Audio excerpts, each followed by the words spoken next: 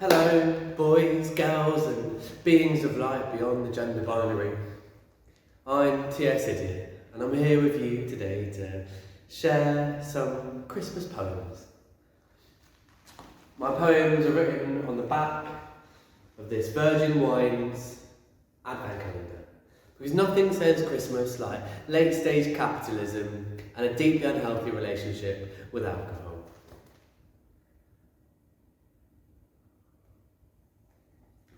Now, I'm really glad that Milky Poetry invited me here as one of the only Jewish poets in Bristol to their Christmas cabaret.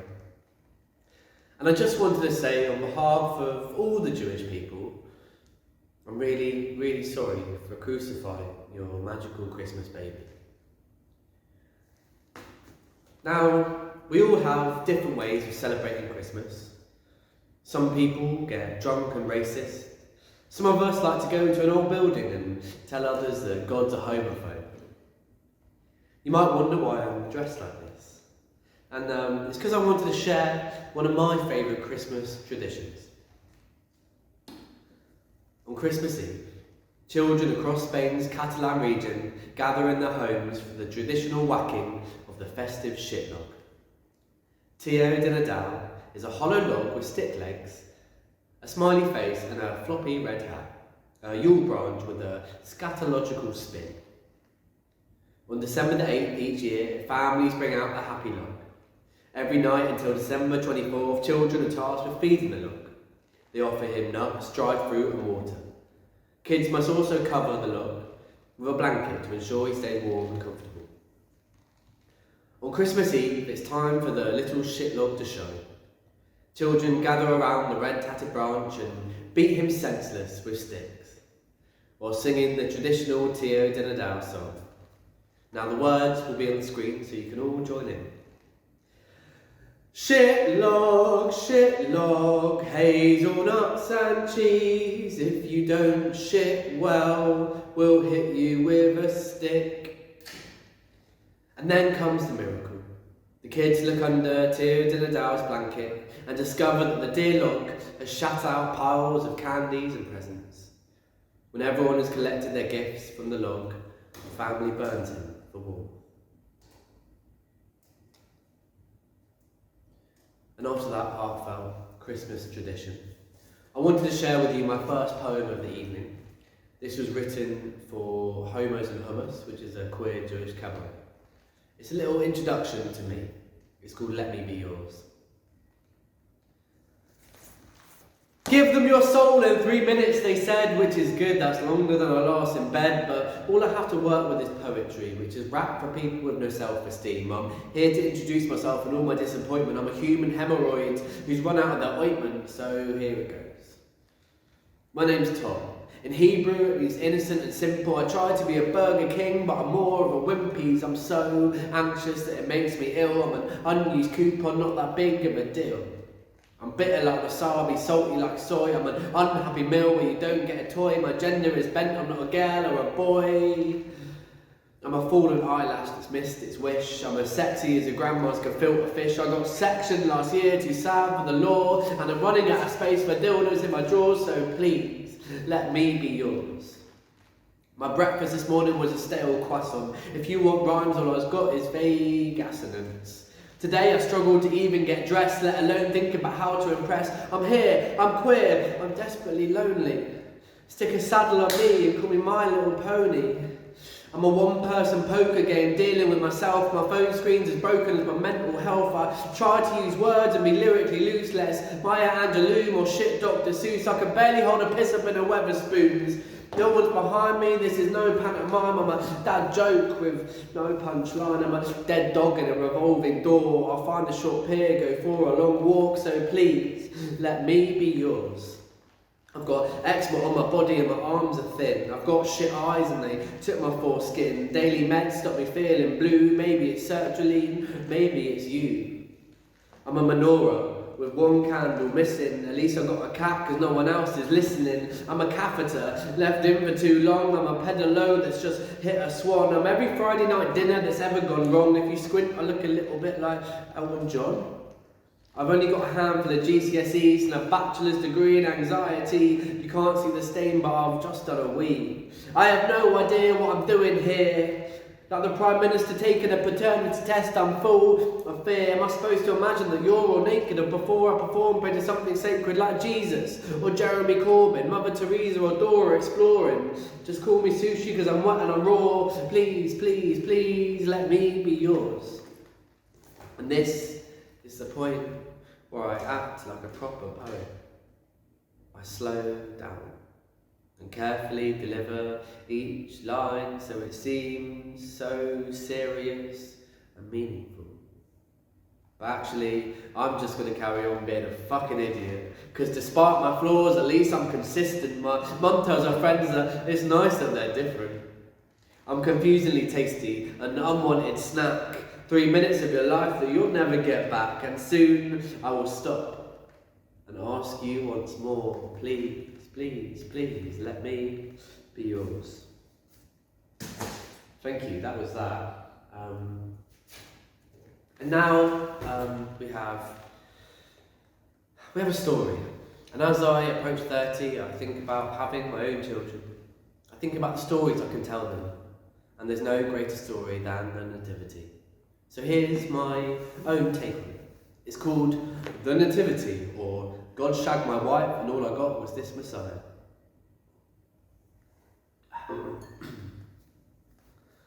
After his girlfriend told him about her immaculate conception, Joseph found another man's socks under the sofa. She said that God must have left them there, but they seemed too small to be honest, and not really God's style. She said an angel had appeared, but she was quite pissed at the time, and Joseph suspected it might just have been Gary the carpenter from a few doors down wearing a bedsheet for a funny Christmas joke. Mary wished that God's divine intervention had involved some contraception. After the media frenzy had died down, they began to plan their trip to Bethlehem, which was like Benidorm for Bible people. They bought the latest model from a used camel salesman, but realised after a few miles that it was just a large dog with a coconut strapped to his back. So they had to get a rental donkey on the insurance. They travelled over hills and deserts, only stopping once at Galilee services for some Scotch eggs and Ribena. When they arrived in Bethlehem, it was a Saturday night. The bride of a hen party threw up on Mary's flip-flops and Joseph got into a street brawl with some coked-up shepherds. Everywhere was booked up because it was Christmas. But they eventually reached their destination, a Premier Inn at the dodgy end of town, only to find a sign that said, "No dogs, no Irish, no Nazarenes." After calling out the innkeeper on Instagram, Mary found a cheap Airbnb, a converted barn with Wi-Fi and an ensuite. Joseph had just popped out for a ciggy when Mary's contraction started. She thought it was pretty shit that God didn't even show up for this bit, but then again, he had always been a bit of a fuckboy. Joseph ran for an ambulance. The operator said that the waiting time was around 2,000 years because ambulances haven't been invented yet, and how the hell did you get this number anyway? It was okay though. He had some diazepam left over from the weekend before, so Mary was pretty out of it. Nearby, an angel appeared to some shepherds and told them that a naked babe had appeared at a stable down the road. When they arrived, they tried to hide their disappointment. In the east, 3 non-binary wise people had just finished a big spliff. One of them saw a star, but the other said that it was probably just a drone or an angel with his arse out again. They followed it anyway, and bought some gifts from the off-licence in case it was someone important. Gold, frankincense, and a bottle of Buckfast for the road. King Herod heard about this Jesus fella, and he was fucking fuming. His soldiers came to Bethlehem and brutally decapitated all the babies, gleefully singing Last Christmas by Wham as the blood of 1,000 infants dripped down their beards. Mary and Joseph pegged it and bought a nice semi-detached in downtown Nazareth. And Jesus grew up to be a bit of a diva, to be honest. Thank you.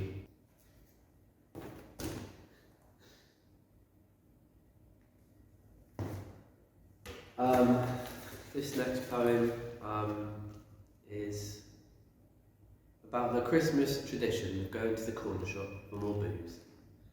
It's called Ode to Premier Stores. It's 10:45 on a Thursday. Clouds reach at the tower block rooftops, half-hearted suggestions of weekend revelry as I walk the line between sorrow and convenience. I am conducting a ritual, a weekly pilgrimage that takes me through the underpass between the safety of the sofa and the corner shop. It's the one that opens late, the one that spills out onto the street, allowing the most committed of drinkers to nurse their late night woes. I pass empty cans and plastic packets, skeletal in the subway's neon light. My cigarette burns to a stub as I ascend the concrete steps at the exact minute as last week. I am walking through my own ghost, so predictable. I discard the blackened filter to its fate among the other useless things and enter the piss-yellow glow of the shop. It's a temple of pleasures with no royalty in sight. I open the can I bought before I'm home, as if I'm trying to catch up, late to a party that's never going to happen. I wish the world would drown its sorrows as quietly as I drink mine.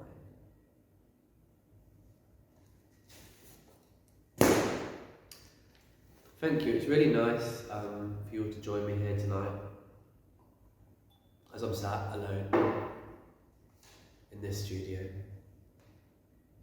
Now my last poem is a Christmas acrostic, and if you look closely you'll see that all the letters make up a very special word.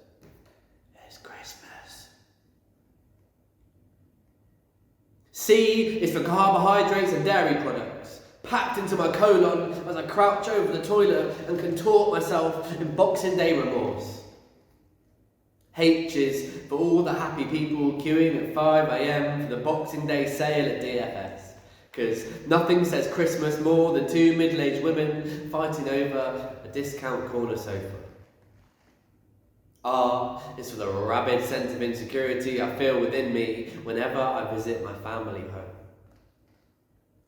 I is for the ice-cold sense of guilt I feel as I say goodbye to my pet frog for Christmas.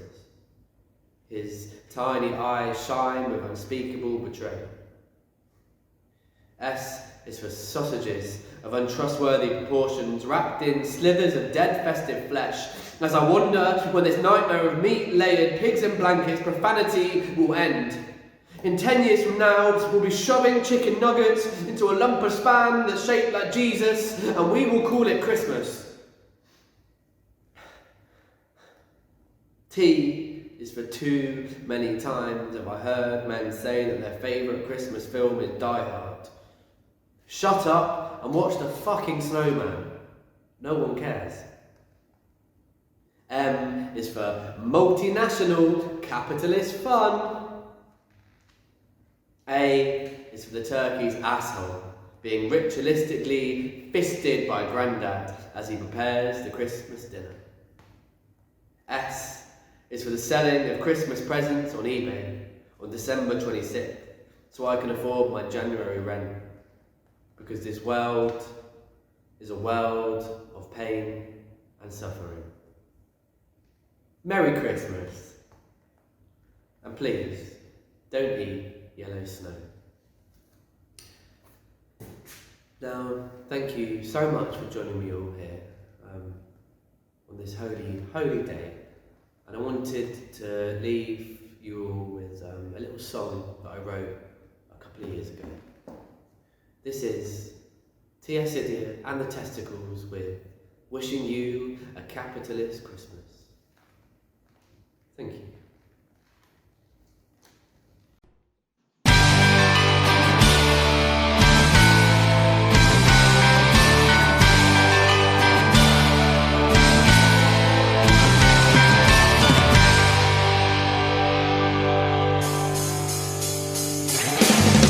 Christmas makes me want to die.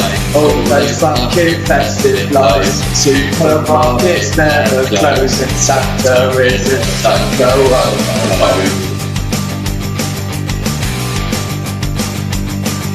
Stockings full of Chinese plastic. Fuck me, this is so fantastic. Jesus born on Christmas Day. Why did he have a Spanish name? Why did he have a Spanish name? Ooh, baby Jesus. Wishing you a capitalist Christmas. Let's all go out and get pissed off. And a thing to make the day go. Every day I feel the same. Oh, oh, oh, oh, oh.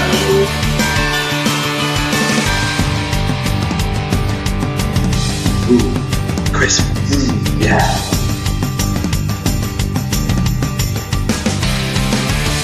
Got my mum a stupid candle. Got my dad a pack of ham.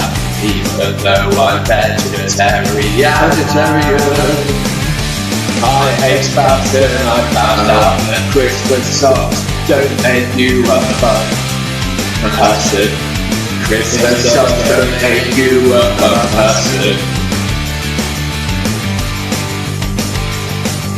The tinsel is around my neck and I wish I was celebrating Hanukkah. Wishing you a capitalist Christmas. Let's all go out and get pissed off. And a thing to make the day go. Every day I feel the same. Oh, oh, oh, oh, oh, oh, oh, oh, fucking oh.